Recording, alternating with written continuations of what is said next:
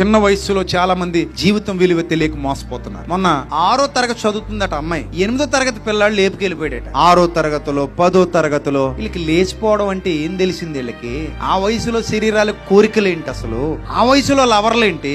మీ ఆడపిల్లల వాట్సాప్లు చెక్ చేయండి తెలియకపోతే, మీ మగపిల్లల వాట్సాప్లు చెక్ చేయండి. 10వ తరగతి 8వ తరగతి 9వ తరగతి చదువుతున్న వాళ్ళు ఫోన్లు ఏమైనా పక్క పోయి మాట్లాడుకుంటున్నారా? దుప్పటి కప్పుకుని ఏమైనా ఫోన్లు మాట్లాడుకుంటున్నారా? ఫోన్లో ఎవరితో చాటింగ్లు చేస్తున్నారు, ఎవరితో మెసేజ్లు చేస్తున్నారు? చెక్ చేసుకోండి ఒకసారి. పనికి మాలిన ఫోన్లు అన్ని చేస్తుంటారు ఈ ఫోన్లు పట్టుకొని. జాగ్రత్త, వాళ్ళకి తెలీదు. చిన్నపిల్లలు, వాళ్ళ వయసు ఇంకా రాలేదు. ఈ వయసులో తప్పుల మీద తప్పులు చేసేసి సరిగా 18 ఏళ్లు నిండే సమయానికి జీవితాన్ని ఏం చేసుకుంటున్నారు వీళ్ళు? పాడు చేసేసుకు. చదువు పోద్ది. ఆ తీసిపోయినోడు ఎక్కడో అమ్మేసి పోతాడు, అక్కడ జీవితం పోయింది. ఇక్కడ కుటుంబంలోకి మళ్ళీ తిరిగి రానివ్వరు, అన్ని పోయి ఒంటరైపోతారు. ఆ తర్వాత వేశ్యలుగా జీవితాలు గడుపుతున్న వాళ్ళు కూడా చాలా మంది ఉన్నారు. ఆత్మహత్యలు చేసుకుని చచ్చిపోయిన వాళ్ళు కూడా చాలా మంది ఉన్నారు. కాబట్టి నా ప్రియ తమ్ముళ్ళు చెల్లెమ్మలు, జీవితం విలువ తెలుసుకోండి, పోతే మళ్ళీ రాదు.